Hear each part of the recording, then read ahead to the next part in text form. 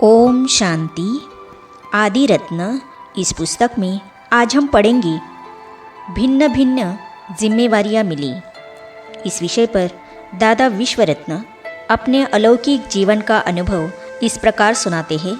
चलिए आज हम इसे पढ़ते हैं। मम्मा की आज्ञा प्रमाण जिस बंगले में हम जाकर रहे वह बंगला क्लिफ्टन पर बाबा के बंगले के पास ही था। दोनों के बंगलों के बीच में सिर्फ 2-3 बंगले और थे। नज़दीक होने के कारण बाबा से हमारा कनेक्शन अधिक होने लगा। घर से आकर ज्ञान सुनते हुए 1 वर्ष के दौरान बाबा को देखा था और बाबा की मुरली भी सुनी थी, लेकिन कभी भी बाबा के साथ बातचीत करने का अवसर नहीं मिला था। यहाँ बाबा के पास रहने के कारण और ड्रामानुसार कार्य व्यवहार के कारण बाबा से भी बातचीत शुरू हो गई।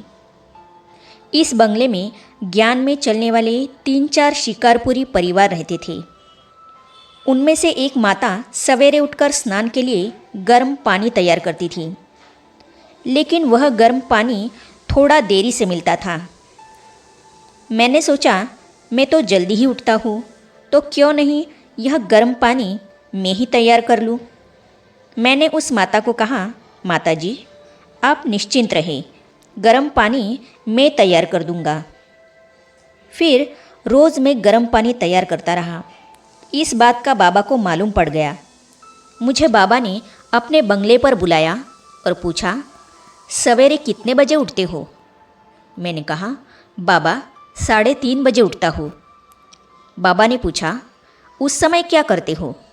मैंने कहा, बाबा उस समय गर्म पानी करता हूँ और जिसको चाहिए उसको पानी पहुँचा कर भी आता हूँ। बाबा ने कहा, अच्छा मैं एक ड्यूटी दे दूँ? मैंने कहा, हाँ बाबा दे दीजिए। फिर बाबा ने कहा, तुम भले पहले गर्म पानी करना, फिर स्नान पानी करके सीनियर सिटर्स के बंगले में जाना। वहाँ से साइकिल पर 2 बड़े डिब्बे ले जाना और सदर बाज़ार में जाकर 80 पाउंड मिल्क क्रीम खरीद करके सीनियर सिटर्स के बंगले पर पहुंचा देना।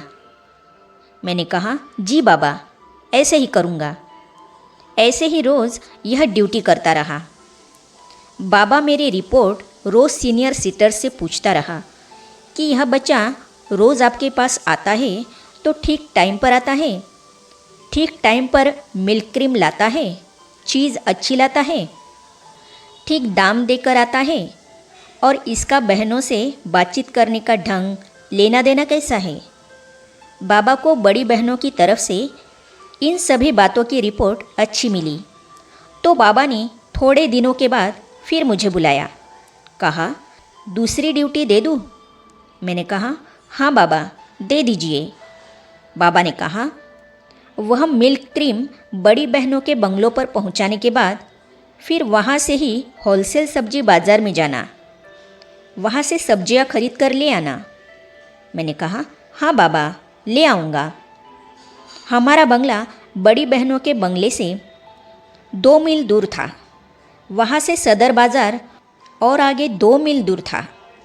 होलसेल सब्जी मार्केट बड़ी सिस्टर्स के बंगले से दूसरी तरफ 4 मील दूर थी। वह दूसरी ड्यूटी भी आरंभ कर दी। एक ट्राई साइकिल थी, अर्थात साइकिल की साइड में एक कैरियर था और उसका तीसरा पहिया था। उसमें 5-6 बोरियां भरकर सब्जियां ले आता था। उसके बाद क्लास चालू हो जाता था। हमेशा कोशिश यही करता था कि क्लास में ठीक टाइम पर पहुंच जाऊं, लेकिन कभी कभी सब्जियां ठीक नहीं होती थी तो कुछ समय अधिक लग जाता था। लेकिन कोशिश यही करता था कि चीज़ भी अच्छी से अच्छी लाऊं, क्योंकि शिव बाबा के बच्चे खाने वाले हैं और चीज़ सस्ती भी हो। तो सभी दुकानों से अच्छी तरह भाव पूछकर अच्छी चीज़ लेता था। किसी दिन अच्छी चीज़ नहीं होती थी तो चुन चुन कर थोड़ी थोड़ी करके कई जगह से निकाल कर लेता था, तो उसमें थोड़ा समय अधिक लग जाता था और क्लास में 15-20 मिनट कब कब देरी से पहुंचता था। लेकिन मेरे दिल में सदा यह संकल्प रहता था कि मैं अगर बाबा का सपूत बच्चा हूँ, हर आज्ञा अथवा श्रीमत को पूर्ण रूप से पालन करता हूँ, तो क्लास में देरी से आने के कारण मैंने जो क्लास में ज्ञान की पॉइंट्स मिस की वह मिस नहीं हो सकती है। यह पॉइंट्स ज़रूर बाबा कभी न कभी मेरी बुद्धि में भर देगा, क्योंकि मैं बाबा की आज्ञा अनुसार बाबा की ही अथवा यज्ञ की ही सेवा पर गया था। पुलिसमैन की ड्यूटी। 1 वर्ष इसी तरह कार्य करते रहने के बाद मेरी ड्यूटी बदल गई। एंटी ओम मंडली वालों की अपोजिशन चलती थी, जिस कारण सोचा गया कि बाबा के बंगले पर कोई पुलिसमैन का पहरा होना चाहिए।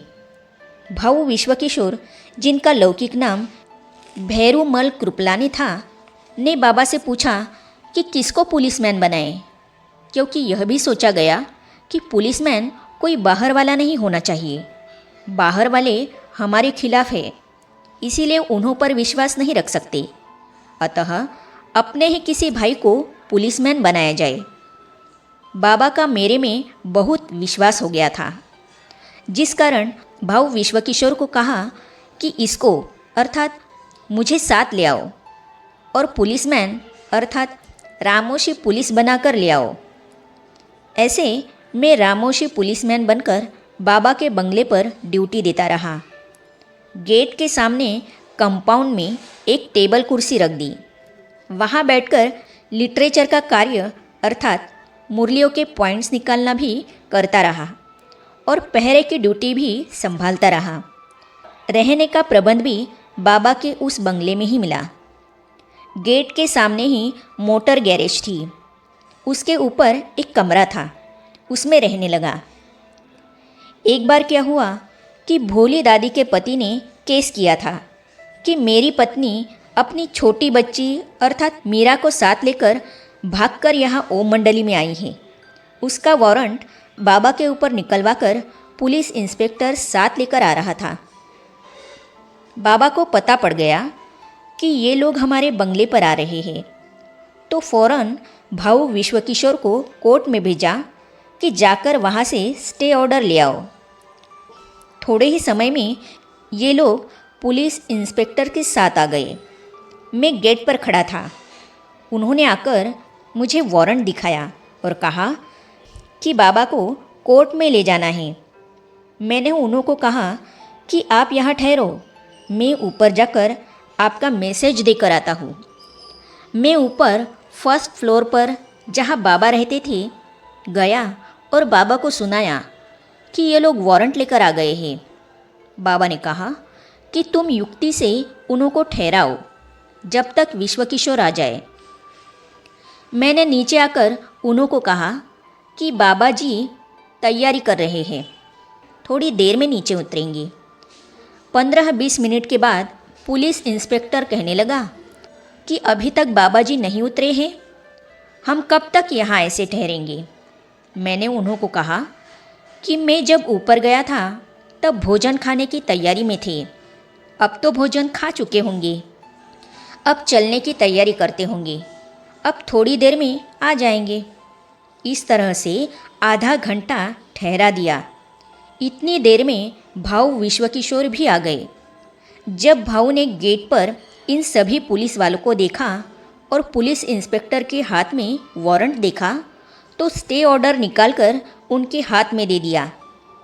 वह स्टे ऑर्डर देखकर वे बेचारे हैरान हो गए। सभी का मुंह ही पीला पड़ गया। मेरी तरफ देखकर अंदर में गुस्से में आ रही थी कि इसने हमको बहुत समय बाहर ही गेट पर ठहरा दिया। फिर तो वे सभी वापस चले गए। दूसरे दिन पेपर में समाचार आया कि कल पुलिस इंस्पेक्टर क्लिफ्टन पर गया था और बाबा जी अर्थात दादा लेखराज के लिए वारंट लेकर गया था। वहाँ गेट पर एक रामोशी पुलिसमैन खड़ा था। वह इतना कड़ा था जो पुलिस इंस्पेक्टर को अंदर जाने ही नहीं दिया, सबको बाहर ही ठहरा दिया। 1 घंटे तक उनको अंदर जाने ही नहीं दिया। वह रामोशी पुलिसमैन इतना कड़ा था, बाद में सबको स्टे ऑर्डर दिखाकर रवाना कर दिया। इस प्रकार पहरे पर यह एक ही अनुभव हुआ, बाकी तो बिल्कुल शांति से ड्यूटी बजाता रहा। धीरे धीरे एनटीओ मंडली के सभी हंगामे आदि खत्म हो गए। फिर तो ये रामोशी पुलिस की ड्यूटी भी खत्म हो गई। आगे अपने अनुभवों में दादा विश्वरत्न कहते हैं, बच्चों का टीचर बना और धोबी गार्ड की ड्यूटी। तो इन अनुभवों को हम पढ़ेंगे अगली कड़ी में। तो ये जानने और पढ़ने के लिए इस चैनल को सब्सक्राइब करने के साथ ही साइड में जो बेल आइकॉन है उसे भी क्लिक कीजिए, ताकि आने वाली सभी वीडियो और अब तक की सारी वीडियो आप तक पहुंचती रहेगी। ओम शांति।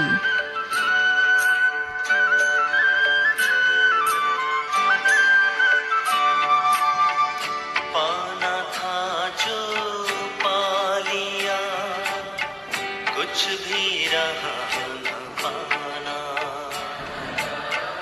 पाना था जो पा लिया, कुछ भी रहा